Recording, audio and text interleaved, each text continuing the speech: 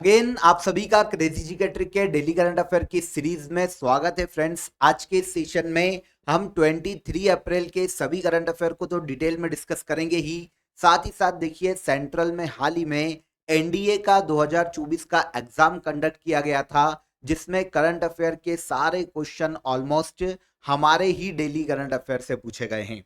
कौन कौन से क्वेश्चन हैं उनको हम यहाँ पर सबसे पहले एक बार स्पीड में देखने की कोशिश करेंगे।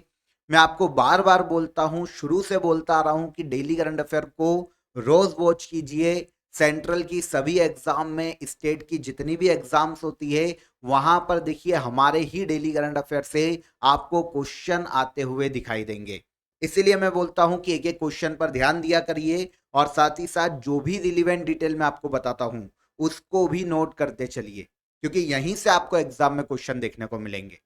तो 23 अप्रैल के करंट अफेयर पर चलने से पहले हम एनडीए के पेपर में जो हमारे डेली करंट अफेयर से क्वेश्चन आए हैं उन पर एक बार हम नजर डाल लेते हैं।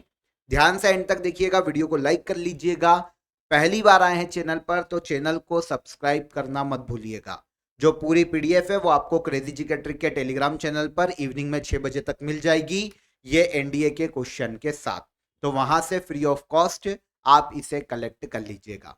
देखिए एनडीए में आपसे क्वेश्चन पूछा गया है, डेजर्ट साइक्लोन जो एक्सरसाइज है वो भारत और किस देश के मध्य आयोजित की जाती है। तो देखिए हमने 2 जनवरी के करंट अफेयर में से डिस्कस किया था, भारत और संयुक्त अरब अमीरात के मध्य में।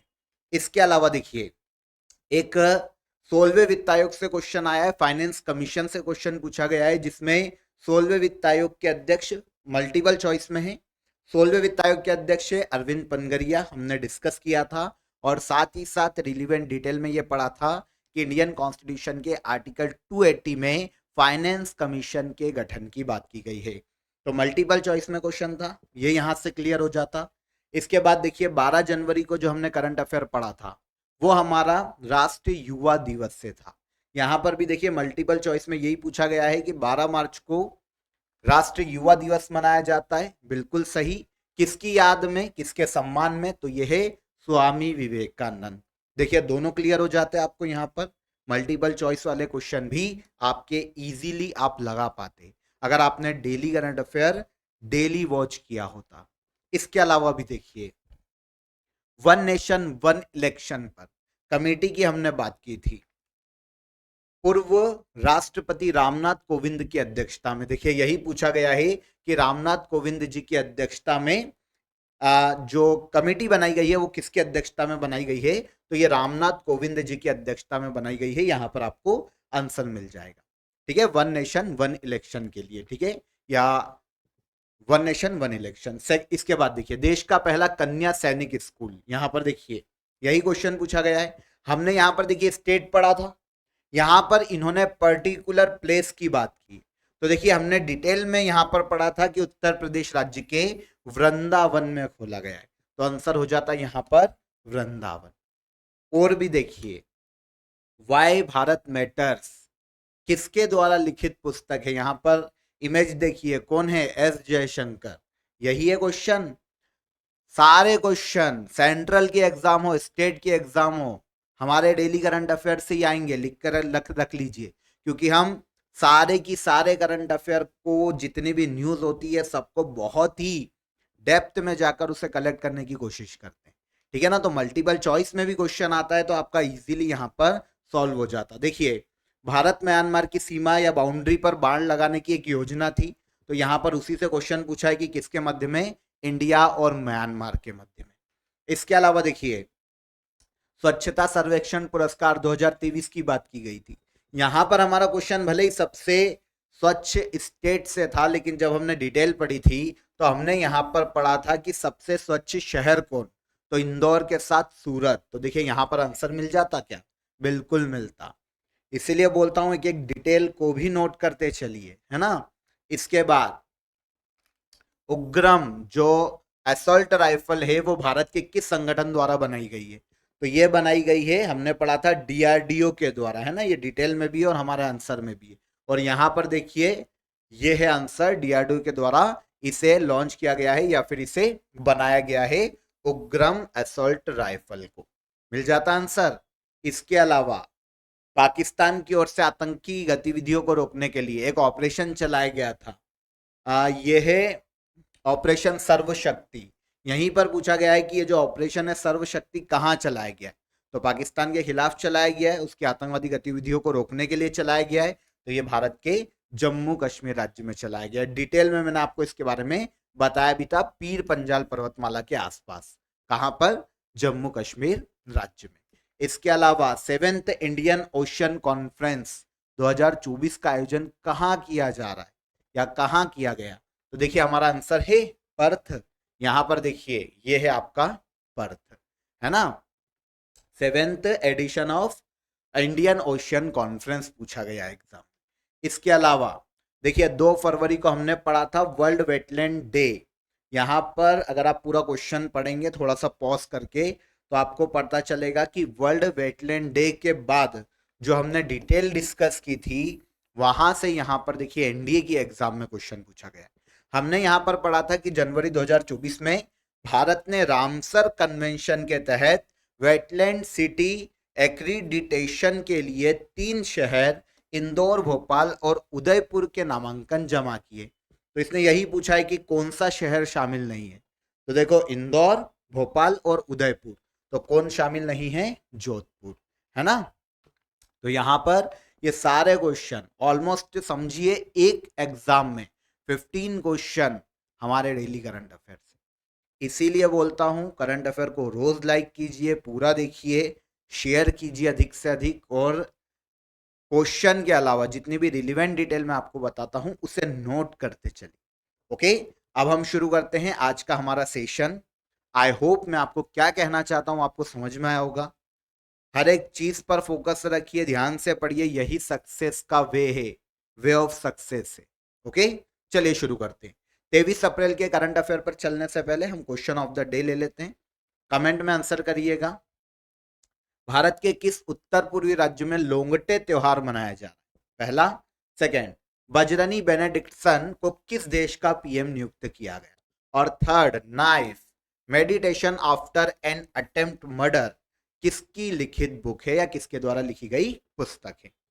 तीनों ही प्रीवियस करंट अफेयर में किसी ना किसी सेशन में हमने डिस्कस किए होंगे, ठीक है ना। नोट कर लीजिएगा, कमेंट में आंसर करिएगा, और वीडियो के मिड में और क्वेश्चन मिले तो ऐड ऑन कीजिएगा। आइए, सबसे पहला क्वेश्चन आज के करंट अफेयर का। कैंडिडेट्स शतरंज टूर्नामेंट जीतने वाले सबसे युवा खिलाड़ी कौन बने? तो देखिए टूर्नामेंट का नाम याद रखिएगा, कैंडिडेट्स शतरंज टूर्नामेंट। इसे जीतने वाले सबसे युवा खिलाड़ी बन गए हैं एक इंडियन, जिनका नाम है डी गुकेश।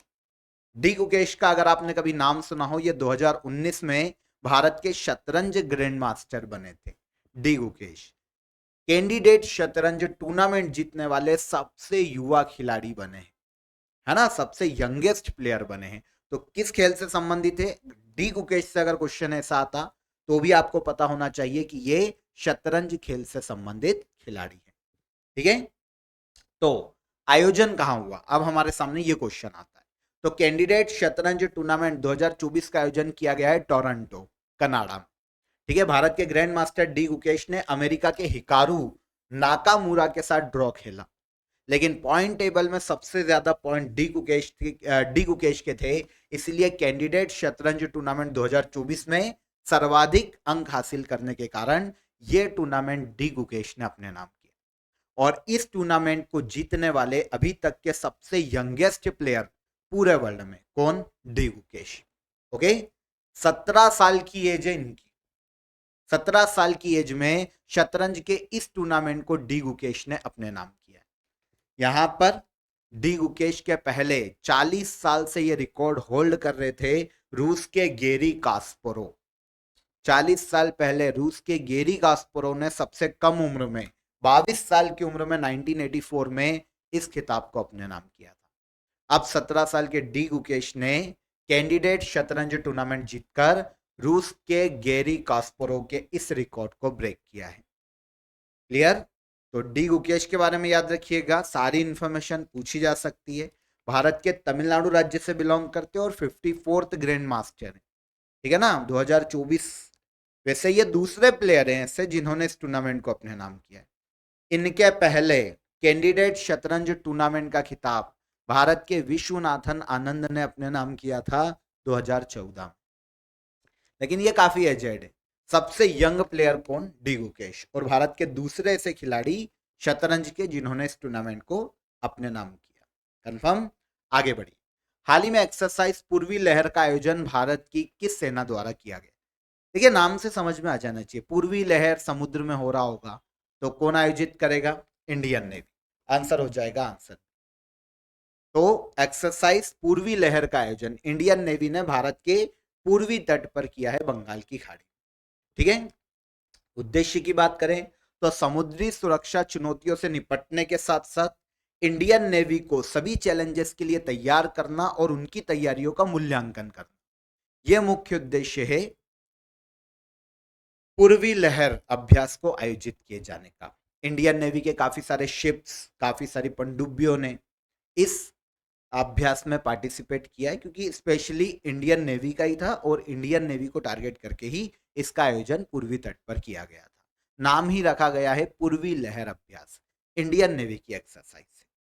ठीक है। चल, नेशनल फर्टिलाइजर लिमिटेड को नवरत्न का दर्जा दिया गया। नेशनल फर्टिलाइजर लिमिटेड की स्थापना कब की गई थी? तो नेशनल फर्टिलाइजर लिमिटेड ये हाल ही में भारत की 17वीं नवरत्न कंपनी बनी है। 17वीं नवरत्न कंपनी नेशनल फर्टिलाइजर लिमिटेड। नाम से समझ में आ जाएगा कि इसका बिजनेस फर्टिलाइजर का होगा, उर्वरक। इस कंपनी की स्थापना की गई थी 1974 में। आंसर डी हो जाए। वैसे यहां पर हमको मिनी रत्न, नवरत्न और महारत्न के बारे में पता होना चाहिए। पहले भी एक बार मैं आपको बता चुका हूं, लेकिन हम यहाँ पर एक बार फिर देखेंगे। अभी हम केवल इतना देख लेते हैं कि किसे नवरत्न का हाल ही में दर्जा दिया गया। तो ये नेशनल फर्टिलाइजर लिमिटेड। भारत में हाल ही में डिपार्टमेंट ऑफ पब्लिक इंटरप्राइजेस ने परफॉर्मेंस के आधार पर नेशनल फर्टिलाइजर लिमिटेड को नवरत्न कंपनी का दर्जा दिया, जो कि भारत की एक फर्टिलाइजर प्रोड्यूसिंग कंपनी है, फर्टिलाइजर बनाने वाली कंपनी है। 23 अगस्त 1974 में इस कंपनी की स्थापना की गई थी। यह भारत की 17वीं नवरत्न कंपनी बनी। यहां पर देखिए, 3 तरह की अलग अलग श्रेणियां होती है गवर्नमेंट इंटरप्राइजेस की, महारत्न, नवरत्न और मिनी रत्न, परफॉर्मेंस के आधार पर। सबसे पहले हम बात करते हैं मिनी रत्न क्या। तो देखिए, मिनी रत्न की 2 कैटेगरी होती है। एक वो कैटेगरी 1, 3 साल में एक बार कम से कम 30 करोड़ रुपए का शुद्ध प्रॉफिट दिया हो, नेट प्रॉफिट दिया हो, तो ऐसी कंपनी को मिनी रत्न की कैटेगरी 1 में रखा जाता है। मिनी रत्न की कैटेगरी 2 की बात करें तो 3 साल से लगातार जिसने प्रॉफिट, नेट प्रॉफिट अर्जित किया हो, तो ये मिनी रत्न की सेकंड कैटेगरी में रखी जाती है। फिर आती है नवरत्न।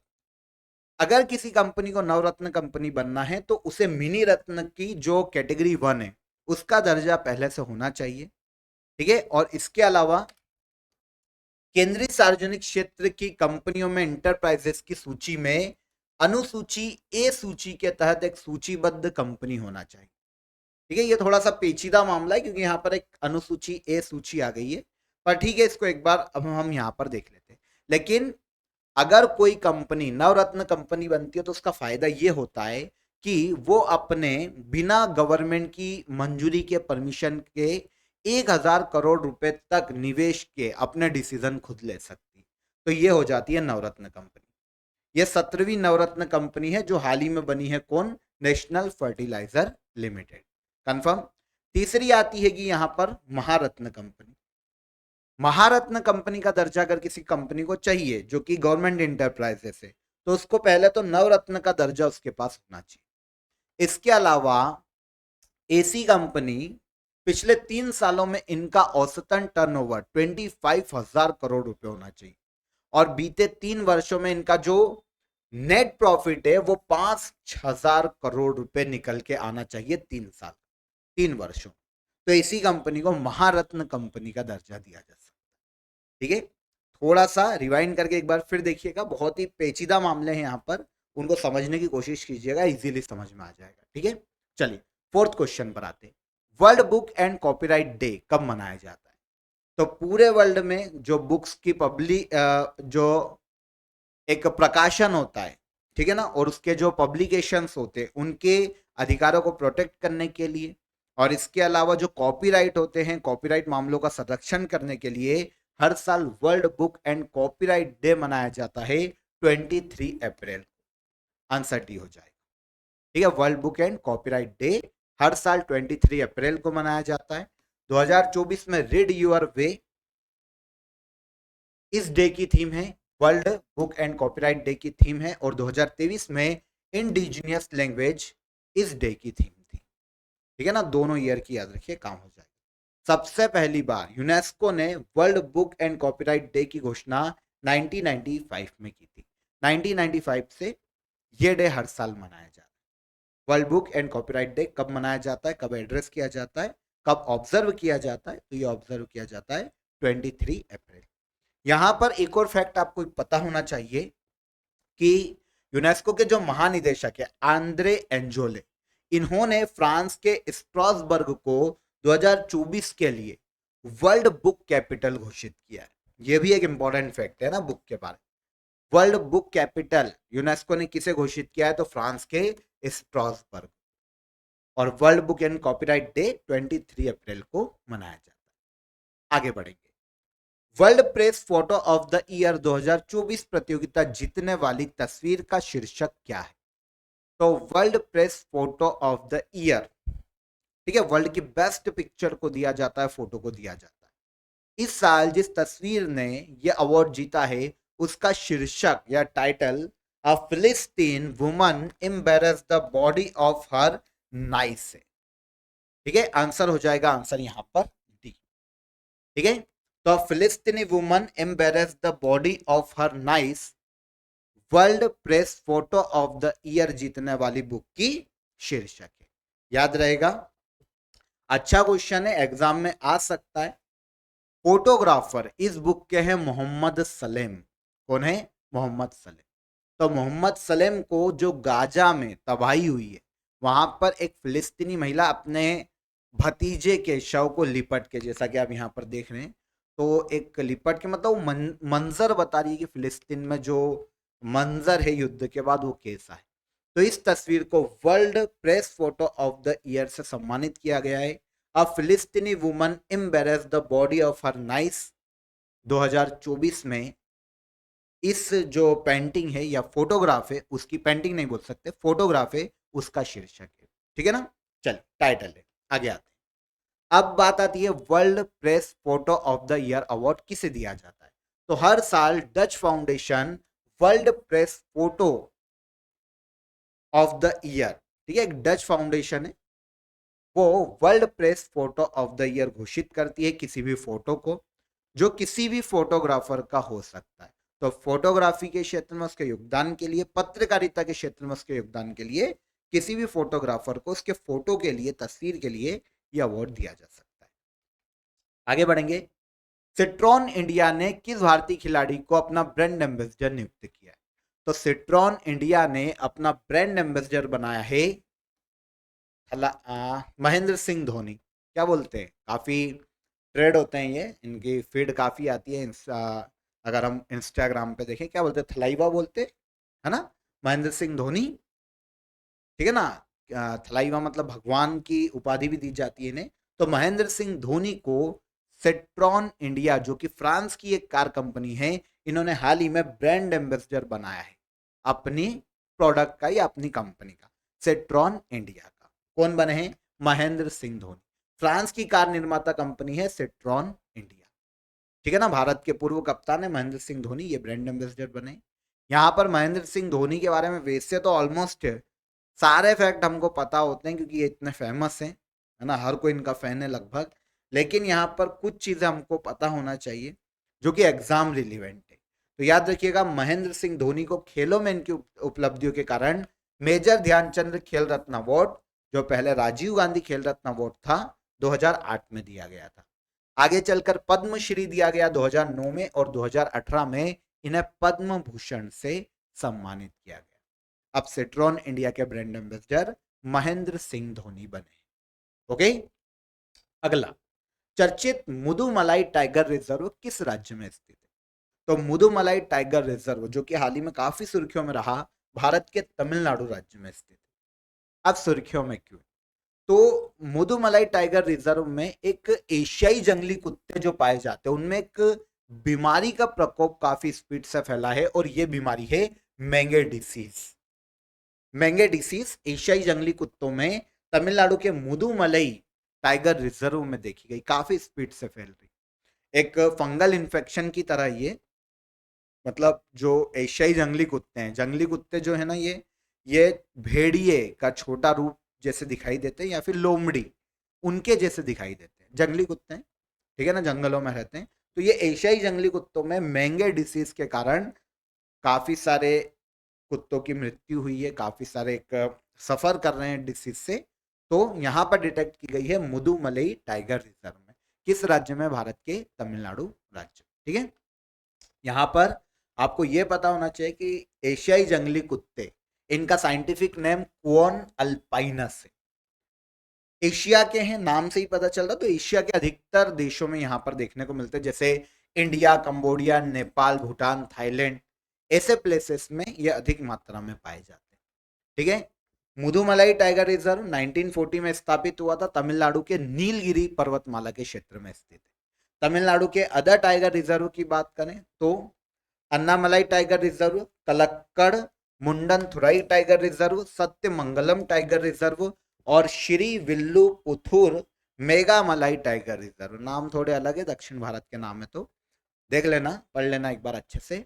तो ये पांचों टाइगर रिजर्व कहाँ देखने को मिलेंगे? मुदुमलाई को मिलाकर ये देखने को मिलेंगे भारत के तमिलनाडु राज्य में। नेक्स्ट, बैशागु उत्सव किस उत्तर पूर्वी राज्य में मनाया गया? तो बैशागु उत्सव भारत के उत्तर पूर्वी राज्य असम में सेलिब्रेट किया गया। देखिए, नाम से इसको थोड़ा सा हम सेपरेट करते हैं, नाम से समझने की कोशिश करते हैं। उत्तर भारत में जैसे बैसाख मनाया जाता है, वैसे ही देखिए बैसाखू, वहां पर बैसाख न्यू ईयर का प्रतीक है ना, बैसाख। और वैसे ही बैसागु जो कि बैसाख माह में मनाया जाता है, ये भी न्यू ईयर का प्रतीक है भारत के असम राज्य। तो असम में नव वर्ष के उत्सव के रूप में बैसाख, जो कि मध्य अप्रैल में नॉर्मली मनाया जाता है, बैसाखू उत्सव या बैसागु उत्सव के नाम से मनाया जाता है। स्पेशली असम में एक ट्राइब पाई जाती है, बोरो कचारिस। इनकी संख्या कम है असम में, पर बोरो कचारिस जनजाति में काफी फेमस है। बैसागु उत्सव किस राज्य में मनाया जाता है? भारत के असम राज्य में, नव वर्ष के रूप में, ठीक है ना। इस उत्सव में असमिया लोग जो हैं वो सामुदायिक प्रार्थना करने के लिए एक पर्टिकुलर प्लेस पर इकट्ठा होते हैं, और जब ये इकट्ठा होते तो बैसागु महोत्सव के रूप में इसे गर्जसाली कहा जाता है, जहां पर इकट्ठा होते उस प्लेस को या इकट्ठे होने की कंडीशन, ठीक है। इतना डीप में नहीं जाएंगे, इतना डीप में हमसे पूछा नहीं जाएगा। तो बैसागु महोत्सव को याद रख सकते हैं, कहाँ मनाया जाता है? असम राज्य में, ठीक है। असम के अन्य त्योहारों में बिहू मैं आपको बार बार बता चुका हूं, काफी एग्जाम में पूछा भी जाता है आर्ट एंड कल्चर के पॉइंट ऑफ व्यू से। अली ए लिगांग असम में मिशिंग जनजाति द्वारा नववर्ष मनाया जाता है। अंबुबाची मेला असम राज्य में आयोजित किया जाता है, कामाख्या माता मंदिर में, अंबुबाची मेला के नाम से जाना जाता है, अंबुबाची बोल लो, ठीक है। इसके बाद आए 2550वें, है ना, या 2550वें महावीर जयंती के अवसर पर भगवान महावीर निर्वाण महोत्सव का आयोजन कहाँ किया गया? तो हाल ही में सेंट्रल गवर्नमेंट के द्वारा भगवान महावीर निर्वाण महोत्सव का आयोजन नई दिल्ली में किया गया। यहाँ पर यह याद रखना चाहिए कि महावीर जयंती कौन सी है इस बार? 2550वीं महावीर जयंती है, 2550वीं महावीर जयंती इस बार मनाई गई, ठीक है। तो इन्हीं की जयंती पर भगवान महावीर निर्माण महोत्सव का आयोजन नई दिल्ली में किया गया, ठीक है। और सिक्के भी जारी किए गए, एक टिकट भी जारी किया गया है। तो प्रधानमंत्री नरेंद्र मोदी ने 21 अप्रैल को भगवान महावीर के 2550वें निर्वाण महोत्सव का नई दिल्ली के भारत मंडपम में इनॉग्रेशन किया, और इस अवसर पर भगवान महावीर से रिलेटेड डाक टिकट और सिक्के को भी जारी किया गया। भगवान महावीर के बारे में आप जानते हैं, जैन धर्म से संबंधित है, जैन धर्म के 24वें तीर्थकर हैं भगवान महावीर। इनका जन्म हुआ था वैशाली, जो कि वर्तमान बिहार में देखने को मिलता है, ठीक है। यहाँ पर ईयर एक बार कंफर्म कर लीजिएगा, ठीक है। वैशाली में इनका जन्म हुआ था, वर्धमान इनके बचपन का नाम है, इनके पिता हैं राजा सिद्धार्थ और इनकी माता का नाम है रानी त्रिशला। ठीक है, इसके अलावा पंचशील का जो सिद्धांत है वो हमें देखने को मिलता है कहां पर? पंचशील का सिद्धांत देखने को मिलता है जैन धर्म में, जैसे अहिंसा, सत्य, ब्रह्मचर्य, अपरिग्रह और अस्तेय। ठीक है ना, यहाँ पर अहिंसा, सत्य, ब्रह्मचर्य आप जानते हैं, अपरिग्रह चीजों को जमा करने से बचना चाहिए और चोरी ना करना, अस्तेय। ये पंचशील का सिद्धांत है जैन धर्म में। इसके अलावा सम्यक ज्ञान, सम्यक दर्शन और सम्यक चरित्र, ठीक है, ये त्रिरत्न है किसके? जैन धर्म के। सम्यक ज्ञान, सम्यक दर्शन और सम्यक चरित्र। ठीक है, संभवत शायद यहाँ पर मुझे ईयर में कंफ्यूजन हो रहा है, शायद ईयर यहाँ पर मैं आपको कल कंफर्म कर दूंगा ईयर। ठीक है ना, अभी आप यहाँ पर ये याद रख लीजिए कि वैशाली में जन्म हुआ है, बिहार के वैशाली में। ठीक है, नाम क्या है? वर्धमान बचपन का, राजा इनके पिता सिद्धार्थ और रानी त्रिशला इनकी माता है। जैन धर्म के 24वें तीर्थंकर। इसके बाद आज के करंट अफेयर का सबसे लास्ट क्वेश्चन देखिए, चर्चित खिलाड़ी बलराज पवार किस खेल से संबंधित है? तो बलराज पवार की बात करें तो ये संबंधित है रोइंग से, रोइंग गेम। अगर आपने एक नौका दौड़ जैसा एक खेल देखा हो, छोटी सी नौका होती है, लंबी सी तीखी सी, उस पे चप्पू चलाना होता है, तो ये नौका दौड़ी है, रोइंग कहते हैं। ठीक है ना, तो चर्चित खिलाड़ी बलराज पवार रोइंग से संबंधित खिलाड़ी। अब आपके दिमाग में आएगा कि सर अभी क्यों इनके बारे में बात कर रहे हैं? तो देखिए, रिपब्लिक ऑफ कोरिया के चुंगजू में एशियाई और ओशनियन रोइंग ओलंपिक क्वालिफिकेशन में भारत के बलराज पवार ने ब्रॉन्ज मेडल अपने नाम किया, और इस तरह से जो पेरिस ओलंपिक है उसमें क्वालिफाई किया है किसने? बलराज पवार। तो रोइंग में क्वालिफाई करने वाले पहले इंडियन प्लेयर है। रोइंग में पेरिस ओलंपिक में क्वालिफाई करने वाले पहले इंडियन प्लेयर कौन हो जाते हैं? ये हो जाते हैं बलराज पवार। ठीक है ना, तो बलराज पवार बहुत ही इंपॉर्टेंट हो जाते हैं कि रोइंग में पहले खिलाड़ी हैं जो पेरिस ओलंपिक में जाने वाले हैं, या पेरिस ओलंपिक का जिन्हें कोटा मिला है, या पेरिस ओलंपिक 2024 में रोइंग खेल में क्वालिफाई करने वाले पहले भारतीय खिलाड़ी। इसके अलावा कुश्ती में विनेश फोगाट, अंशु मलिक, रितिका, अंतिम पंघाल, ये भी पेरिस ओलंपिक 2024 के लिए क्वालिफाई कर चुके हैं। लेकिन रोइंग में पहले खिलाड़ी, अभी तक एकमात्र खिलाड़ी कौन है ये? तो इनका नाम याद रखिएगा, एग्जाम में पूछा जा सकता है, ये है बलराज पवार। कंफर्म? तो यहां पर हमने 23 अप्रैल 2024 के सभी करंट अफेयर को डिटेल में डिस्कस कर लिया। अब हम बात करेंगे लास्ट डे रिवीजन की, सही है, जो हमने डिस्कस किया।